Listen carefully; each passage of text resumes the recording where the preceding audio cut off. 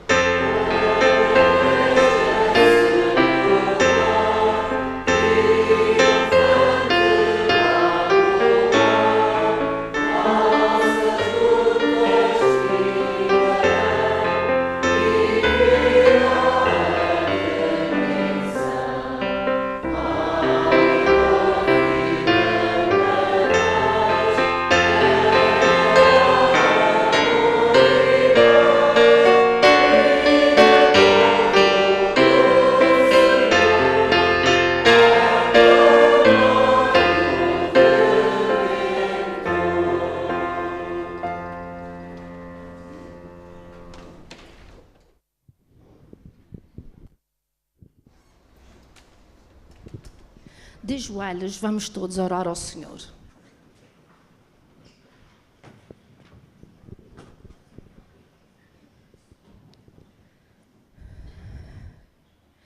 Querido e bom Pai, muito obrigada por esta oportunidade que nos deste e que deste a todos os teus filhos, para mais uma vez virmos te render louvores aos teus pés, Senhor.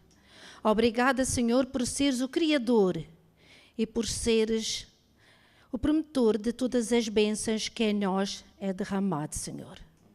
Ó Senhor, abençoa esta manhã, Senhor, esta Santa Ceia, que não possa ser mais uma Santa Ceia, mas que possa ser o derramamento do Espírito Santo nas nossas vidas, Senhor.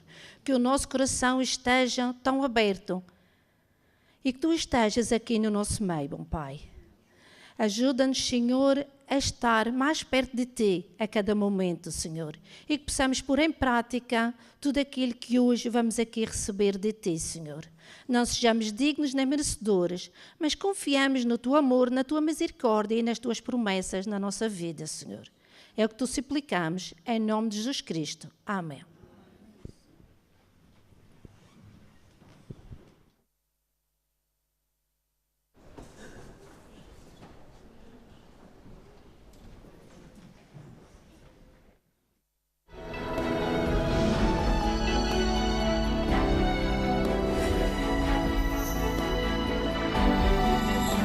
Vai e vede. História de hoje: Evangelismo na horta.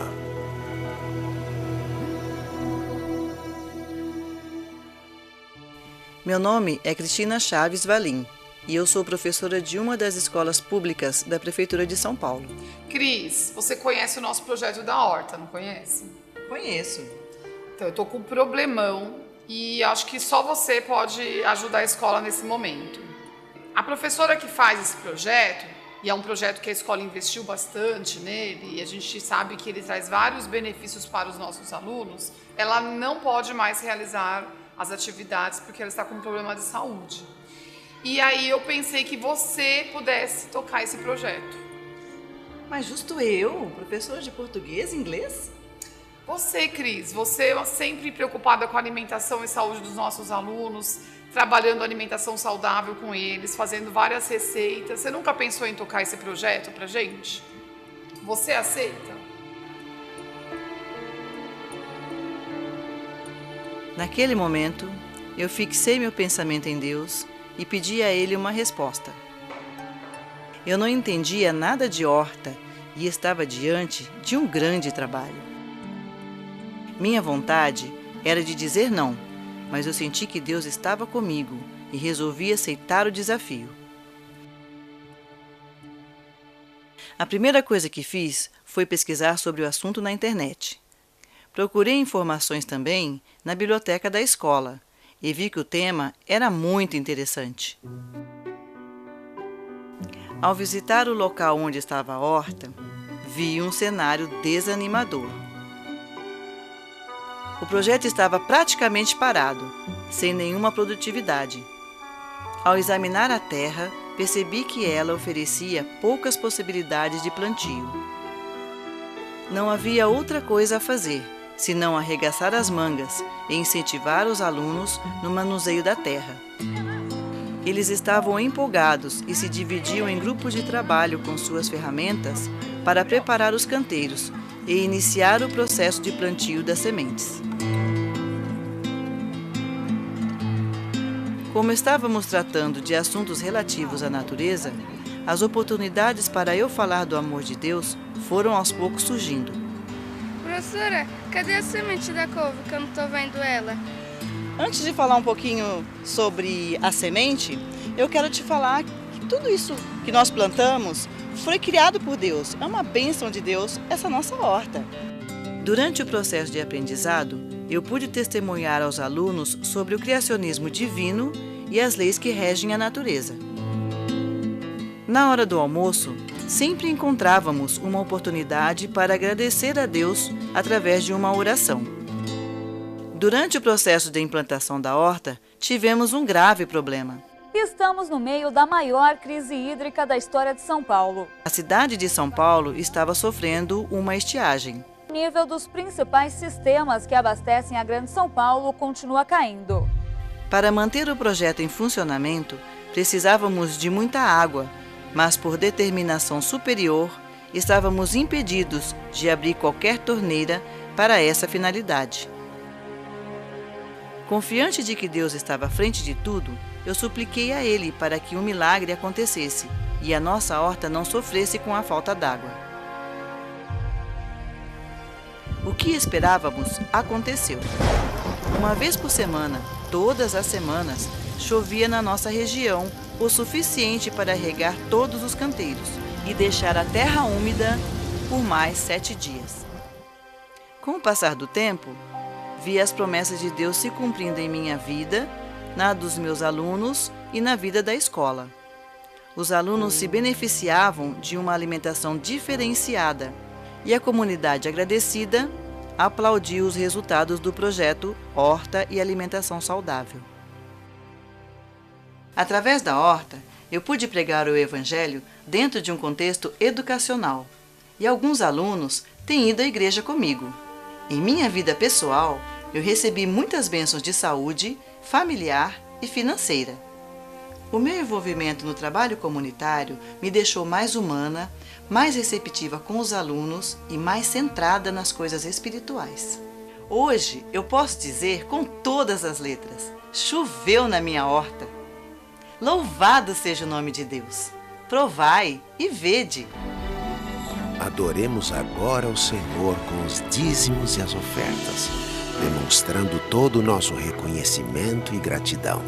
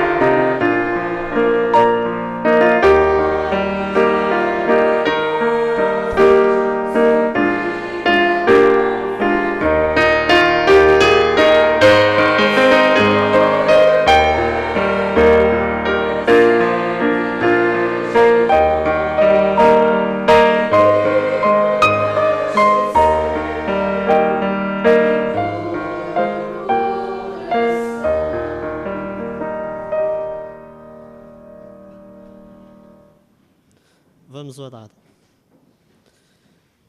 Querido Pai, que habitas na altura dos céus, nós te agradecemos, Senhor, por mais um dia de sábado que nos concedes, Senhor.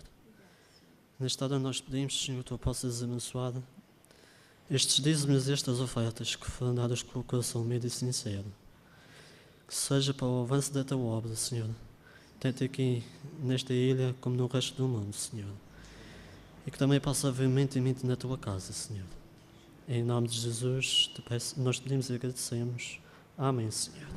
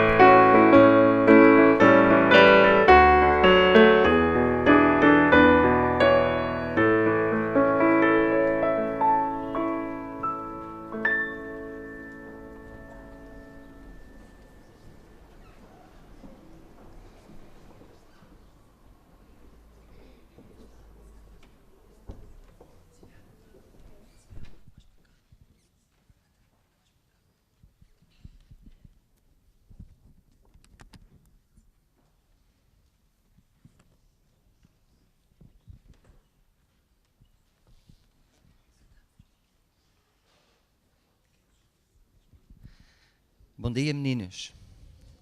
Estão felizes hoje? Muito bem. Olha, vocês sabem o que é que eu tenho aqui na minha mão? Uma lanterna, não é? E a pergunta que eu vos trago hoje é: será que as pilhas que estão ali... Vou pôr para onde? Vou pôr para cima. Será que as pilhas que estão ali vão aguentar até eu acabar de contar a história? Achas? Então vamos lá ver. A história de hoje. Tenho mais uma pergunta para fazer a vocês. Quase todos vocês acham que andam nos tições, não é? É nos desbravadores. De uma maneira geral, é os desbravadores. E a história de hoje também fala sobre um clube de escoteiros também. Então, o diretor lá desse clube informou aos meninos que eles certo dia iam dar um passeio. E quando nós vamos dar um passeio, normalmente o que é que costumamos levar? Olha, veja, já acabou. Não aguentou. Mas deve ser mau contacto. Ok. E então, nós costumamos levar lanternas. E para as lanternas funcionarem, o que é que precisamos? Pilhas. E o diretor disse aos meninos, que é uma recomendação que nós fazemos sempre, aos meninos, não se esqueçam de levar a lanterna e escusar de dizer que também as pilhas, não é? Só que, muitas vezes, o que acontece é que alguns esquecem-se das lanternas, esquecem-se das pilhas. Mas passou-se. Eles foram lá ao passeio. Eles iam visitar uma gruta. Eles iam passar o dia quase todo dentro da gruta. E precisavam das lanternas. Alguns não levaram as lanternas. Outros só levaram um conjunto de pilhas. Umas pilhas já usadas. Não é? Então eles começaram o seu passeio. Fizeram a sua oração e começaram o seu passeio pela gruta dentro. Eles andaram, eles desceram, eles subiram, atravessaram um curso de água que tinha lá dentro da gruta. E quando começaram a voltar para trás, algumas pilhas já não funcionavam, algumas lanternas já não tinham luz. E aquele diretor, de repente, ouviu uma pergunta assim: será que as pilhas aguentam? E aquela pergunta começou a andar aqui na cabecinha dele. E ele começou a ficar preocupado porque era muito escuro lá dentro. E ele começou a pensar para ele mesmo: mas será que nós vamos conseguir chegar ao fim com pelo menos uma lanterna? Ele tinha levado 2 lanternas, 3 conjuntos de pilhas ou alguns conjuntos de pilhas. E ele, entretanto, já tinha distribuído as pilhas e as pilhas já se tinham gasto. Tinham perdido lanternas, uma lanterna caiu num buraco e eles não conseguiam ir lá pescar. De maneira que, quando eles começaram a regressar, antes de chegarem ao fim, só existia uma lanterna. E era a lanterna do diretor, da pessoa que os estava a acompanhar. E ele, preocupado, será que as minhas pilhas também vão aguentar? E quando chegaram lá perto do fim, começaram a ver a luz ao fundo lá da gruta, e ele respirou de alívio, não é? As suas pilhas aguentaram. E ele sabia que as pilhas só poderiam aguentar mais ou menos umas 2 horas. Sabem quantas horas as pilhas aguentaram? Mais 3 horas do que aquilo que deveriam aguentar. Portanto, ele no fim agradeceu a Deus, porque Deus cuidou deles. Deus fez com que as pilhas dele durassem ainda mais 3 horas. E então eles reconheceram que Deus os ajudou, Deus os protegeu, e Deus fez com que as pilhas durassem mais tempo. Qual é a moral desta história para nós? É que sempre que nós pomos os nossos problemas diante de Deus, nós podemos ter a certeza de que Deus irá nos ajudar, independentemente do problema que for. Grande ou pequeno aos nossos olhos, para Deus não existem problemas pequenos nem problemas grandes, existem problemas, não é? E Deus ajuda-nos a resolver os nossos problemas, assim como ajudou aquele grupinho de tições, que eram tições, a chegarem ao fim da sua jornada, da sua caminhada, do seu passeio naquela gruta, ainda com uma lanterna, está bem? Que vocês possam ter sempre em mente, sempre que tiverem algum problema, Acreditem que Jesus, Deus, o Espírito Santo, estará lá convosco para vos ajudar, ok? Feliz sábado para vocês.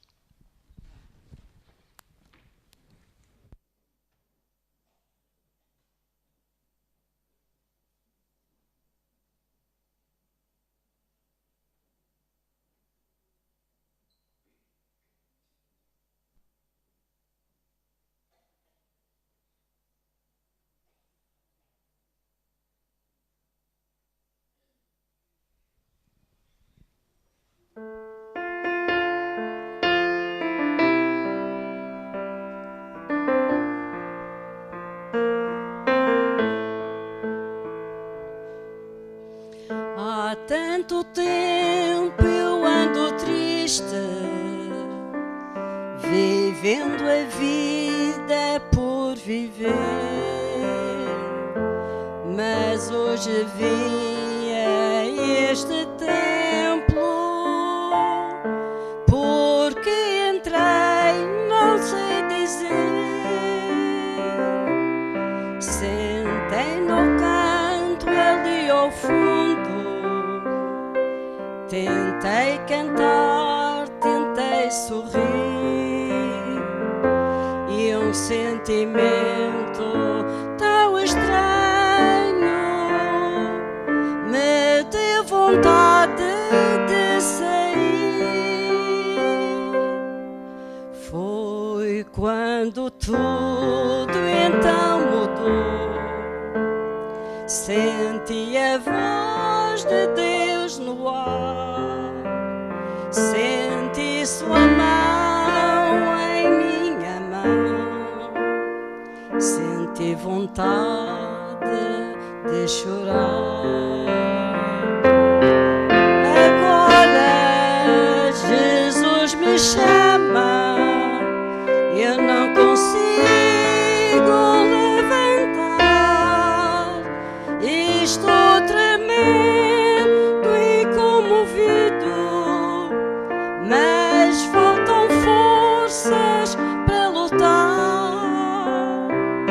Senhor, estou tão fraco, Senhor, em luta estou, Senhor, não tenho forças, mas vou. Agora Jesus me chama, eu não consigo levantar, estou tremendo e comovido, mas faltam forças para lutar. Senhor, estou tão fraco, Senhor, em luta estou, Senhor, não tenho forças, mas vou.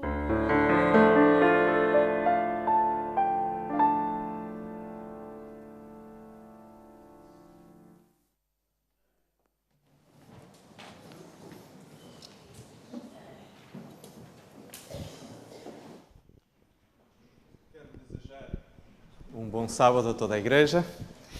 E porque, de acordo com o nosso calendário, há alguns procedimentos administrativos que nós, honestamente, e eu peço desculpa da minha parte, esquecemos no momento da escola sabatina, entre a escola sabatina e o início do culto, de fazer. Por isso, imediatamente antes de nós começarmos a reflexão espiritual desta manhã, eu queria chamar aqui à frente a Filipa, que foi a secretária da Comissão Especial, e ela irá fazer a segunda leitura dos nomes que são propostos para a Comissão de Igreja, ou, aliás, para a Comissão de Nomeações para o ano de 2017. Como foi feita, portanto, a primeira leitura a semana passada e não recebi durante esta semana nenhuma objeção aos nomes apresentados, nós faremos já a segunda leitura e, portanto, passaremos à votação desta mesma lista de nomes para que possa formar a Comissão de Nomeações. E esses nomes são Fátima Sargo, Júlio César Rodrigues, Joana Rego, José Teixeira, Helena Romba, Fernanda Pinto, Lucília de Jesus, Décio Camacho, Bruno Ferreira. Como suplentes, o irmão Firmino Gonçalves, Ana Magalhães, Ana Maria Mendes e Fernando Rodrigues. Muito bem. Visto que nós estamos neste momento para a segunda leitura, eu gostaria de perguntar se há apoio para a indicação desta comissão. Ok, muito bem. Gostaria de pedir agora também que os irmãos que são a favor, membros batizados desta congregação, pudessem manifestar-se levantando a mão direita como voto de aprovação. Ok? Muito bem. Muito obrigado. Assim, então, este grupo de trabalho iniciará, portanto, as suas funções tão breve quanto possível. Muito obrigado, Filipa. Nós iremos depois convocar os membros desta comissão, não só os membros da Comissão de Nomeações, mas também os suplentes, para fazermos uma primeira reunião, onde estaremos a apresentar algumas indicações sobre como deverão transcorrer os trabalhos desta comissão e faremos também o agendamento de algumas reuniões para que possamos, portanto, trabalhar sem estarmos preocupados com o tempo, estarmos, portanto, serenos e tranquilos, de maneira que o trabalho desta comissão possa transcorrer com normalidade e com serenidade. Gostaria também de pedir à Igreja que pudesse orar em favor destes irmãos, de maneira que eles possam ser orientados e iluminados da parte do Espírito Santo nas várias escolhas que deverão fazer. Que eles sejam imbuídos de grande lucidez espiritual para este trabalho. Muito bem. E assim, então, nós passamos neste momento ao estudo da palavra e, mais uma vez, gostaria não só de saudar a Igreja aqui reunida, mas saudar sobretudo aqueles nossos amigos, aqueles nossos irmãos que nos assistem hoje também através da internet. Nós estamos certamente num ambiente de alguma celebração, temos motivos para sentir um prazer especial de estar na nossa igreja, visto que ela está um pouco mais confortável e está também um pouquinho mais bonita. Nesta manhã, meus queridos irmãos e amigos, a mensagem que vos trago da parte do Senhor é alguma coisa que tem certamente uma diferença fundamental entre a vida e a morte. Na realidade, Deus não brinca com a nossa salvação, meus queridos, e por isso é que Deus, quando nos chama a atenção, quando Ele nos chama a atenção para determinados aspectos da nossa espiritualidade, Ele, de fato, quer que nós prestemos realmente muita atenção. E o texto que Deus quer que nós possamos, neste momento, refletir, encontra-se em Hebreus, no capítulo 10, e nós vamos ler dos versos 23 ao verso 25. Hebreus, capítulo 10, do verso 23 ao verso 25. E enquanto procuramos na nossa Bíblia este texto, eu gostaria que cada um de nós pudesse também, neste instante, se está alguém ao seu lado que não tem Bíblia, eu gostaria de poder contar com a sua ajuda, mostrando o texto bíblico a este nosso amigo, a este nosso visitante que está conosco. Hebreus capítulo 10, do verso 23 em diante. E permitam-me agora dirigir-me também àqueles que nos assistem pela internet. Se você, meu querido amigo, tem uma Bíblia aí perto de si, por favor, abra, porque neste momento Deus tem alguma coisa muito especial para lhe dizer. Se você não tem uma Bíblia aí à mão, por favor, procure um aplicativo na internet onde possa ter acesso ao texto bíblico, porque realmente o Senhor quer lhe mostrar alguma coisa muito especial ainda esta manhã. Hebreus capítulo 10, do verso 23 até o verso 25. Vamos ler então? Diz assim: retenhamos firme a confissão da nossa esperança, porque fiel é o que prometeu. Consideremos-nos uns aos outros para nos estimularmos ao amor e às boas obras, não deixando a nossa congregação como é costume de alguns, antes admoestando-nos uns aos outros, e tanto mais quanto vedes que se vai aproximando aquele dia. Meus queridos amigos, a Bíblia deixa de forma muito clara a indicação de que a experiência da adoração em conjunto, a adoração coletiva, não é algo que deva ser visto como um apêndice da nossa experiência religiosa. Alguma coisa que não seja necessária. Não. A Bíblia mostra-nos, através das palavras do apóstolo Paulo, que isto é mais do que simplesmente um elemento da nossa vida religiosa. É algo que é indispensável. Sabem, quando nós olhamos para a Bíblia, Mateus capítulo 18, verso 20, encontramos ali um texto onde Jesus nos convida, de uma forma muito solene, à experiência coletiva de adoração. Mateus capítulo 18, verso 20. E este texto muitas vezes é usado pelos irmãos, principalmente quando nós estamos em grupos muito pequenos. E ele é apresentado mais ou menos como um pequeno conforto para que nós possamos entender que mesmo que estejamos num grupo muito restrito de pessoas, ainda assim o Senhor está no nosso meio. Mas reparem que Jesus, quando disse estas palavras, ele tinha uma outra intenção. Ele tinha uma intenção que ia muito para além da simples razão de dar algum alento àqueles pequenos grupos de pessoas que, espalhados pelo planeta, se vão reunindo. Mateus, capítulo 18, verso 20. Jesus disse: Porque onde estiverem 2 ou 3 reunidos em meu nome, aí estou no meio deles. Meus queridos, uma das razões pelas quais você e eu nos reunimos semanalmente, e muitas vezes nos reunimos mais do que uma vez por semana para adorar, é porque Jesus se faz presente justamente onde estão reunidas pessoas em seu nome. Mas não é só esta a razão. Uma das razões pelas quais Deus deseja que o seu povo se reúna é para que ele possa se manifestar no seu meio. Mas existe ainda uma outra razão. E eu gostaria de convidá-lo a irmos ao livro de Atos, ao capítulo 1, aos versos 13 e 14. Primeiro capítulo do livro de Atos, Atos dos Apóstolos, capítulo 1, versos 13 e 14. Existe uma segunda razão pela qual Deus quer que nós possamos nos reunir. A primeira razão pela qual Jesus deseja que os seus filhos se reúnam é para quê?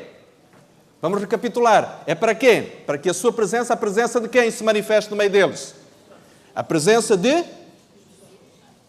Capítulo 18, verso 20. Nós lemos que Jesus prometeria estar presente onde estivessem 2 ou 3. Portanto, Jesus quer que nós nos reunamos para que Ele possa estar presente no nosso meio. Reunimos-nos para estar na presença de quem?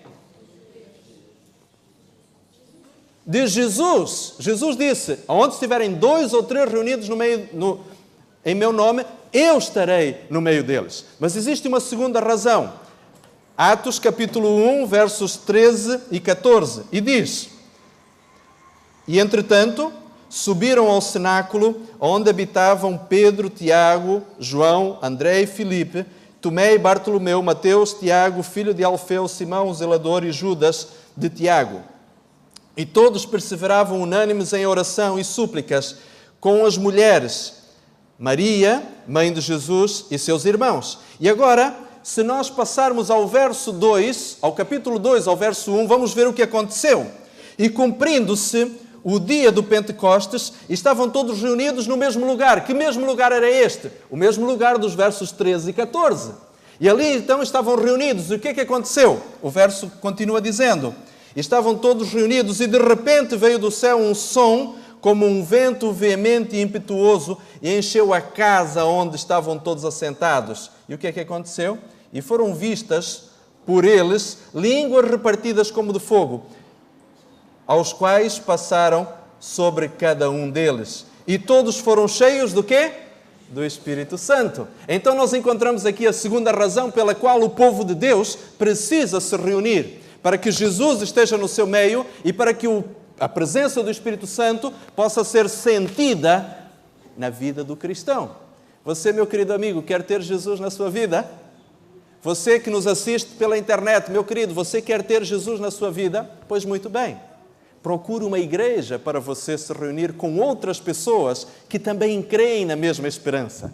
Você deseja ter os dons da presença do Espírito Santo na sua vida?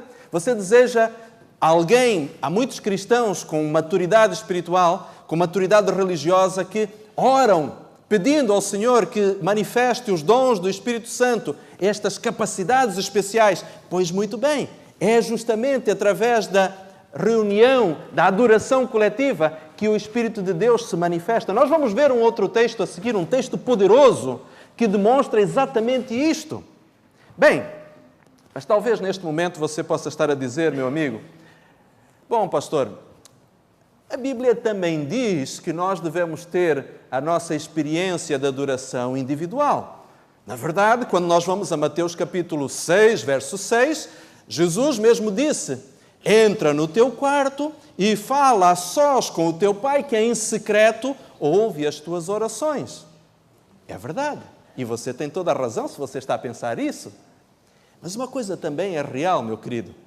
É que o mesmo Jesus que disse, entra no teu quarto e tem a tua comunhão individual com Deus, também nos é dito em Lucas, no capítulo 5, que ele, de acordo com o seu costume, ia cada sábado à sinagoga. Ora, se Jesus, que é o nosso exemplo, nos dá justamente esta orientação, por que motivo nós não devemos efetivamente fazer a mesma coisa? Mas existe ainda uma outra razão. Abra a sua Bíblia, por gentileza, em Isaías, capítulo 66. Isaías, capítulo 66. E nós vamos ler os versos 22 e 23. Isaías, capítulo 66, um texto lá do Antigo Testamento. O livro de Isaías está mais ou menos no meio da Bíblia. O capítulo 66 é justamente o último capítulo do livro de Isaías. E vamos ler os últimos versículos justamente deste livro fantástico. Isaías, capítulo 66, os versos 22 e 23. Todos têm a Bíblia aberta? Todos estão atentos? Por favor. É importante que todos possamos acompanhar agora a leitura deste texto. Diz assim: porque como os novos céus e a nova terra em que hei de fazer, diz o Senhor, estarão diante da minha face, assim há de estar a vossa posteridade e o vosso nome. Presta atenção agora no verso 23. E será que, desde uma lua nova até a outra, desde um sábado até o outro, virá o quê? Toda a carne adorar perante mim, diz o Senhor. Reparem interessantemente aquilo que a Bíblia aqui nos diz. Na eternidade, a experiência da adoração coletiva será uma experiência para manter para todo sempre. Ora, se nós que estamos a preparar-nos para viver eternamente, vamos fazer isto semanalmente, vamos reunir-nos com o nosso Deus cada semana, por que não começarmos já a desfrutar das bênçãos desta mesma experiência aqui na Terra? É por isso, meus queridos, que a adoração coletiva é uma experiência real. É algo que tem um papel fundamental. Não sou eu que o estou a dizer, é a palavra de Deus que está a apresentar-nos isto aqui. E, meus queridos, há pouquinho o apóstolo Paulo admoestava-nos no verso 25, que acabamos de ler, quando ele dizia: como é costume de alguns deixarem a congregação. Meus queridos, muitas vezes as pessoas usam determinadas alegações, e talvez alguns de nós que aqui estamos, talvez alguém que nos esteja neste momento a assistir pela internet esteja a pensar justamente isso. Olha, eu gosto muito de assistir os cultos da Igreja do Funchal pela internet, mas não me agrada ir até à igreja. Algumas pessoas por vezes dizem: quando eu vou à igreja saio mais vazio do que entrei. E permitam-me fazer aqui uma brincadeira, não quero ser desleal com ninguém, mas se nós entramos na igreja cheios e saímos vazios, às vezes pode ser bom. Principalmente se entramos cheios de angústia e saímos vazios dela. Ou se entramos cheios de orgulho e saímos vazios de arrogância, mas cheios de humildade. É bom sairmos desta forma. Mas algumas pessoas, eu entendo o que dizem, eu entendo que algumas pessoas, às vezes com muita dor no coração, dizem: às vezes eu vou à igreja e saio de lá triste, saio de lá aborrecido, porque por vezes vejo coisas que não me agradam. Meu querido, para você que talvez neste momento esteja com o coração triste, deixe-me mostrar-lhe um texto da palavra do Senhor que certamente vai confortar o seu coração ferido. Efésios, capítulo 4. Vamos ao livro de Efésios, capítulo 4, e vamos ler a partir do verso 30. A epístola do apóstolo São Paulo aos Efésios. Era uma querida igreja esta, a igreja em Éfeso. Capítulo 4. Efésios, capítulo 4, do verso 30 em diante. E acompanhe comigo e leia nas entrelinhas o carinho com que o pastor apóstolo Paulo estava a orientar e a aconselhar esta igreja. Ele dizia o seguinte, Efésios capítulo 4, verso 30. Ele diz assim, não entristeçais o Espírito Santo de Deus, no qual estáis selados para o dia da redenção. Querido, cada domingo, cada quarta-feira, cada sábado, o Senhor, através do seu Espírito, apela para que nós possamos encontrar-nos com Ele. Não entristeçamos o Espírito quando temos consciência deste convite que o Senhor nos faz para virmos a este santo lugar. Mas o verso 31 continua dizendo, ele diz assim, toda a amargura, e ira, e cólera, e gritaria, e blasfémia, e toda a malícia sejam tiradas de entre vós. Antes sede uns para com os outros benignos, misericordiosos, perdoando-vos uns aos outros, como também Deus vos perdoou em Cristo. Depois, no capítulo 5, Paulo continua dizendo, sede, pois, imitadores de Deus, como filhos amados. Andai em amor, como também Cristo nos amou, e se entregou a si mesmo por nós, e em oferta sacrificou a Deus em cheiro suave. Sabe, meus queridos, muitas vezes o que acontece é que nós, quando vamos à igreja, por vezes, olhamos ao redor e prestamos atenção naqueles que estão ao nosso lado. Mas sabem, deixem-me dizer-lhes uma coisa. Há uns dias atrás encontrei esta frase muito interessante no meu computador. A igreja deve ser vista mais como um hospital do que como um tribunal. A igreja deve ser vista mais como um hospital do que como um tribunal. E sabem, às vezes o juiz posso até ser eu mesmo. Quando vou à igreja, porque tenho a minha relação com Deus às vezes demasiado horizontalizada, eu fico a olhar para um e para o outro. Jesus disse, em Mateus capítulo 7, versos 1 e 2, ele disse, não julgueis para não seres julgados. E Jesus acrescenta também dizendo, da mesma medida com que tu julgares, tu haverás de ser julgado. Sabem, na realidade, aquilo que Deus quer é que você e eu, quando vamos à igreja, efetivamente nós possamos ir encontrar-nos com nosso Deus. Mas sabem por que às vezes nós ficamos presos a estas questões horizontais? Ou seja, às vezes ficamos perplexos com o mau comportamento dos nossos irmãos?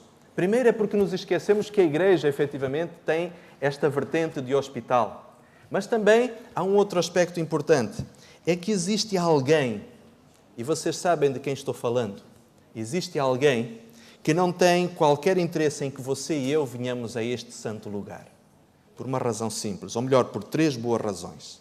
A primeira delas é a seguinte, Satanás não tem nenhum interesse em que você e eu estejamos aqui, hoje, no domingo ou na quarta-feira, pela seguinte razão.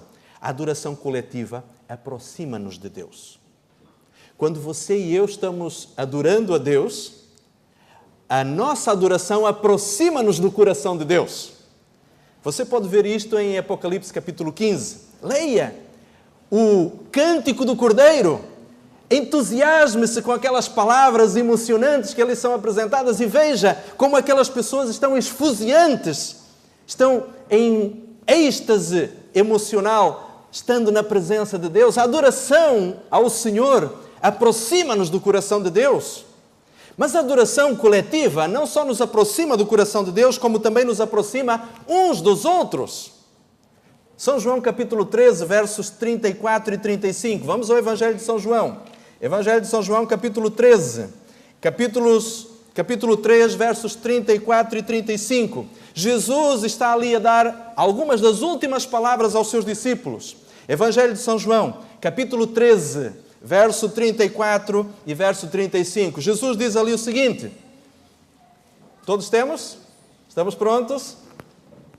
Um novo mandamento vos dou, que vos ameis uns aos outros como eu vos amei a vós, que também vos ameis uns aos outros. Nisto todos conhecerão que vocês são meus discípulos, se vos amardes uns aos outros. Acontece que quando adoramos juntos, a adoração aproxima-nos uns dos outros. A adoração faz com que nós possamos estar próximos uns dos outros. E sabem de uma coisa? quando a igreja está junta, quando a igreja está unida, quando a igreja está próximo do coração de Deus e quando os corações estão próximos uns dos outros, Satanás não pode entrar na igreja. O inimigo de Deus não pode fazer acampamento no meio do povo de Deus. Isto não é motivo para nós dizermos um amém? Amém. Você quer ter quem acampado ao seu redor? O anjo de Deus, o anjo do Senhor ou o anjo do inimigo? Meus queridos, eu prefiro o anjo do Senhor. A Bíblia diz, o anjo do Senhor acampa-se ao redor daqueles que o temem e os livra, pois é justamente a sua presença que nós queremos entre nós. E a adoração coletiva faz isto. Mas existe ainda uma outra razão. Atos, capítulo 4, verso 31. Evangelho, ou melhor, epístola, desculpem, não é nem evangelho nem epístola. Livro de Atos, capítulo 4, verso 31. Reparem o que é que acontece quando o povo de Deus ora unido, estuda a palavra de Deus unido, congrega unido e está em adoração unido. Aproxima-se do coração de Deus, os corações aproximam-se uns dos outros e quando estas condições estão reunidas, o que é que acontece? Atos capítulo 4, verso 31, e diz, e tendo orado, moveu-se o lugar em que estavam todos reunidos e todos foram cheios do Espírito Santo e anunciavam com ousadia a palavra de Deus. Vocês conhecem o contexto desta história? Certamente. É uma história maravilhosa. O capítulo 3 do livro de Atos conta que Pedro e João tinham ido ao templo para orar. Encontram lá um homem paralítico, há cerca de 40 anos. Dizem àquele homem, não temos prata nem ouro para te dar, mas o que temos nós te damos. Em nome do Senhor Jesus Cristo, levanta-te e anda. Pedro e João fizeram um sermão poderosíssimo ali no templo. Na hora da oração. Não havia ambiente para a hora da oração. Porquê? Um milagre surpreendente tinha acontecido. E agora então Pedro e João, naquela tarde, são convidados a passar a noite na prisão, porque na manhã seguinte eles comparecem diante do Sinédrio. O Sinédrio reuniu-se 70 homens, que eram os mais importantes doutores e juízes de Israel, reuniram-se para ameaçar aqueles 2 pescadores galileus, mas que com ousadia, uma ousadia espiritual. Homens que estavam na presença de Deus, que encontravam-se diariamente na presença de Deus, que viviam na presença de Deus, que encontravam-se diariamente com o seu Deus, na presença dos seus irmãos. E você não precisa ir muito longe, basta ir a Atos capítulo 2, do verso 44 em diante. Você vai ver que os cristãos primitivos, como é que eles estavam? Eles perseveravam unânimes na doutrina dos apóstolos, no partir do pão, nas orações. Eles tinham tudo em comum, eles perseveravam. Aquela era uma experiência real sua. E então aqueles homens que estavam na presença de Deus diariamente aparecem diante dos membros do Sinédrio que os tentam intimidar, mas 70 homens não eram suficientes para intimidar aqueles 2 servos de Deus. Nem que fossem 700, nem que fossem 7.000 ou 70.000, não eram suficientes para os intimidar. Porquê? Porque eles viviam na presença de Deus. Eles viam os anjos do Senhor. Eles sabiam na presença de quem andavam e quão poderoso era o seu Deus. E agora então, quando eles voltam para os seus, encontraram a igreja reunida, orando, intercedendo por eles. E quando eles oraram, uma oração belíssima, leia, se hoje puder, leia por favor esta oração em casa. Começa no capítulo 4, no verso 23.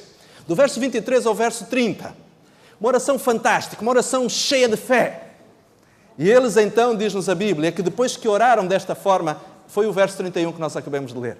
Quando eles oraram desta forma, porque estavam todos reunidos, o Espírito de Deus desceu sobre eles. Você acha que o Pentecostes foi só em Atos 2? Houve muitas experiências semelhantes a estas ao longo da história do cristianismo. Por quê? Porque as pessoas adoravam juntas e uniam o seu coração a Deus. Adoravam juntas e uniam os seus corações uns aos outros. Adoravam juntas e recebiam o poder do Espírito Santo. E Deus quer lhe dar, meu querido amigo, este poder.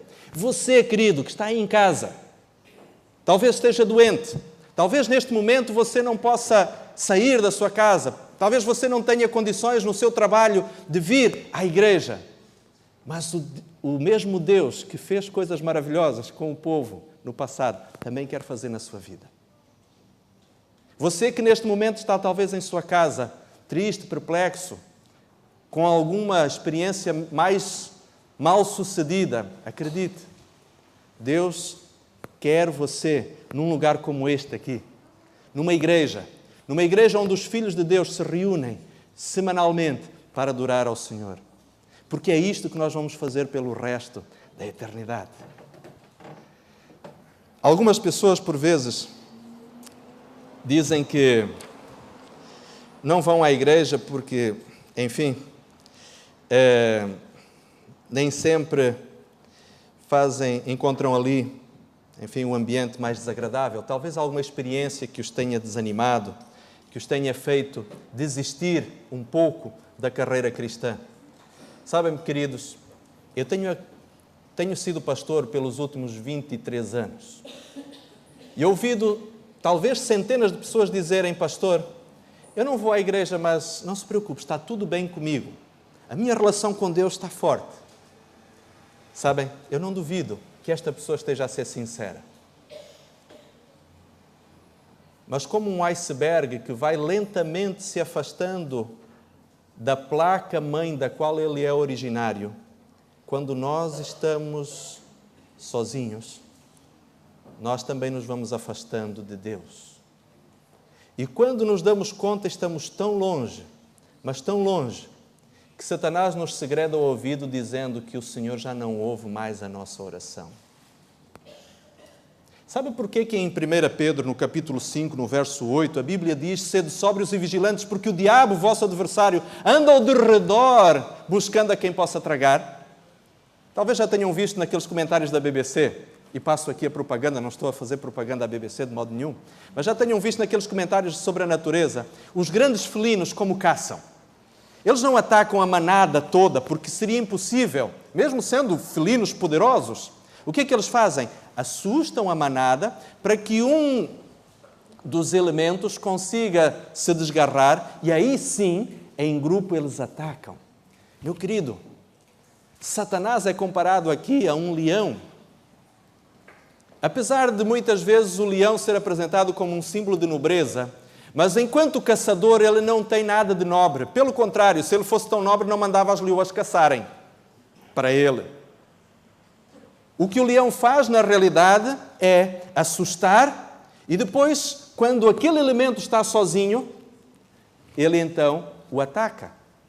E o inimigo de Deus tem muitas formas de atacar as pessoas. Poderá ser com suspeitas, com dúvidas no seu coração, que fragilizam a sua fé em Jesus, que põem em causa o amor de Deus por nós.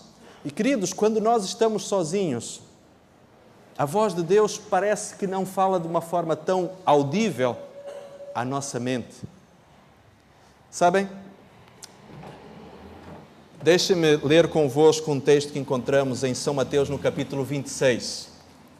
Evangelho de São Mateus, capítulo 26, versos 40 e 41. São Mateus, capítulo 26, quase no finalzinho do livro de Mateus, do Evangelho. Mateus, capítulo 26, o verso 40 e 41. E reparem nisto aqui. Evangelho de São Mateus, capítulo 26, versos 40 e 41. Jesus diz assim: estamos no jardim do Getsemane.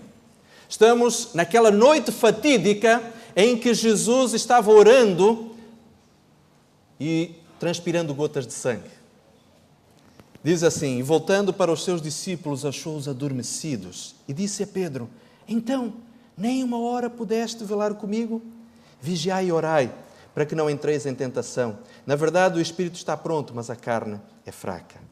Sabem, meus queridos amigos, uma das características que Deus deseja ver reproduzidas na vida dos seus filhos é a perseverança. Muitas vezes nós desistimos de vir à igreja pelos motivos mais banais. Nós não vimos à igreja porque a esposa brigou com a gente. Nós não vimos à igreja porque o tempo está meio chuvoso. Nós não vimos à igreja porque sentimos que a roupa que tínhamos preparada para vir hoje à igreja não é a mais adequada. Não vimos à igreja porque o pregador não nos agrada. Não vimos à igreja porque alguém no último sábado sentou no meu lugar, no lugar onde habitualmente eu costumava sentar. Meus queridos, não vimos à igreja pelos motivos mais banais. Não vimos à igreja, por vezes, porque ficamos presos a conversar com uma outra pessoa, quando temos o Rei do Universo à sua espera, à nossa espera aqui, para falar conosco. perseverança é uma característica fundamental do povo de Deus. Abra a sua Bíblia, por favor, agora, e veja, Deus está a falar consigo através deste texto. Apocalipse, capítulo 14, verso 12. Apocalipse, capítulo 14, verso 12. Você e eu queremos fazer parte do povo de Deus. Quem quer fazer parte do povo de Deus? Quem é que quer ver Jesus voltar em breve? Quem quer estar no céu? Ok, se você e eu queremos estar no céu, precisamos praticar isto que está aqui. Apocalipse capítulo 14, verso 12. Diz assim, aqui está a paciência. Algumas Bíblias traduzem por perseverança. Aqui está a paciência dos santos, os que guardam os mandamentos de Deus e têm a fé de Jesus. Queridos amigos, aqueles que são filhos de Deus, aqueles que fazem parte do povo de Deus, que está a preparar-se para ver Jesus voltar em breve, são pessoas perseverantes. A Igreja de Cristo, nos princípios de Atos, capítulo 2, é descrita como sendo uma igreja perseverante. O povo de Deus, que vai ver Jesus voltar, tem que ser um povo perseverante. Aconteça o que acontecer. Costumamos dizer na nossa linguagem mais coloquial, ainda que caia canivete. Queridos, Deus tem um encontro marcado consigo aqui, cada sábado, cada domingo, cada quarta-feira. Você que é mãe e pai, quer que os seus filhos vão para o céu? Quer viver a eternidade com os seus filhos? Pois muito bem, dê o exemplo. Você que é avô, dê o exemplo aos seus netos. Você que não tem filhos ou que não tem crianças na igreja, acredite, o seu exemplo é importante. Há muita gente que olha para você e o vê como um exemplo a ser seguido. Venha também. Meus queridos amigos, a experiência cristã não é uma experiência fácil. Se fosse assim, Jesus não teria dito, no mundo tereis aflições, mas tenham bom ânimo. Eu venci o mundo, diz Jesus, e venceu-a na cruz do Calvário. Jesus já venceu por nós. Jesus já venceu por você e por mim. Eu queria convidá-lo a lermos um último texto, e este é um texto poderoso. É um texto de vitória. É um texto daqueles que é uma verdadeira declaração de guerra ao inimigo de Deus. Tiago, capítulo 4. Leia comigo. Empolgue-se com esta declaração de guerra. Eu gosto de declarações de guerra, principalmente sabendo que estou do lado certo, principalmente sabendo que estou do lado vencedor. Você e eu estamos do lado dos vencedores. Tiago, capítulo 4, verso 7. Reparem, que ousadia é esta? Você e eu podemos ter esta ousadia. Capítulo 4 de Tiago, Epístola de Tiago, capítulo 4, verso 7. Diz assim, sujeitai-vos, pois, a Deus, resisti ao diabo, e ele fugirá de vós. Quem é que não quer que você e eu estejamos aqui? O inimigo de Deus. Ele não quer que nós estejamos aqui. Ele sabe as bênçãos que nós podemos receber por estarmos aqui, por orarmos juntos, por adorarmos juntos, por recebermos o poder do Espírito Santo juntos. Ele também sabe que quando eu e você, na nossa casa, individualmente oramos, recebemos muito poder. Mas Ele sabe também o que acontece quando as pessoas estão juntas. Chegai-vos, pois, a Deus, e Ele se achegará a vós. Alimpai as mãos, pecadores, vós de duplo ânimo, purificai os vossos corações. Senti as vossas misérias, lamentai e chorai. Converta-se o vosso riso em pranto, o vosso gozo em tristeza. Humilhai-vos perante o Senhor, e Ele vos exaltará. Meu prezado irmão, não tenha medo de se humilhar diante de Deus. Porque quando nós nos humilhamos diante de Deus, Ele nos coloca numa condição muito mais elevada do que nós jamais conseguiremos humanamente com o nosso orgulho e com a nossa vaidade. Quer ser grande? Quer estar num alto pedestal? Pois humilhe-se diante de Deus. Sem que você se aperceba, o Senhor vai te levar a uma altura inimaginável. Deus deseja fazer algo surpreendente na sua vida. Eu queria ler novamente Hebreus capítulo 10, verso 25. Hebreus capítulo 10, verso 25. Se este texto não está sublinhado na sua Bíblia, por favor, meu querido, marque-o hoje. Você que nos assiste pela internet, por favor, Marque esse texto na sua Bíblia. E faça com Jesus um plano para, no próximo sábado, você ir a uma igreja adventista. Onde quer que você esteja, procure uma. O Senhor vai te guiar até lá. E vai fazer com que alguém te receba com carinho em nome de Jesus Cristo, porque Ele morreu por você. Morreu por todos nós que aqui estamos. Hebreus 10, 25 diz: não deixando a congregação como é costume de alguns, antes admoestando-nos uns aos outros, quanto mais vedes que se aproxima aquele dia. Jesus está voltando. Jesus diz: eis que cedo venho. Cristo não demora para voltar. E na certeza de que Cristo vai voltar, meus queridos, nós precisamos realmente perseverar na experiência da comunhão uns com os outros.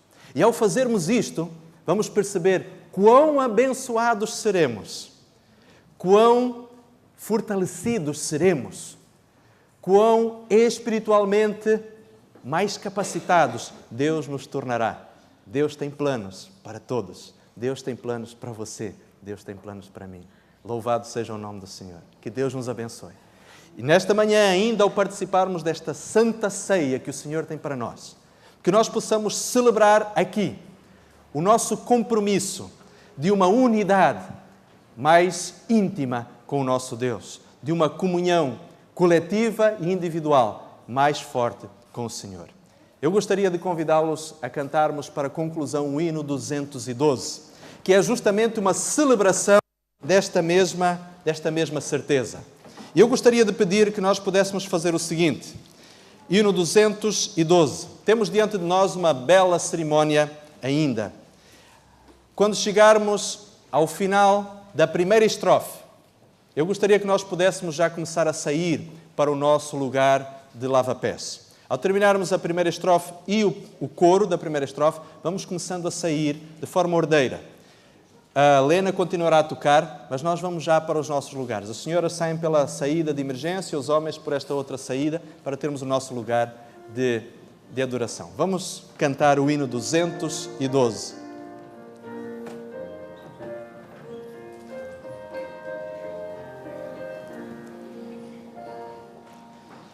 Que dor eu era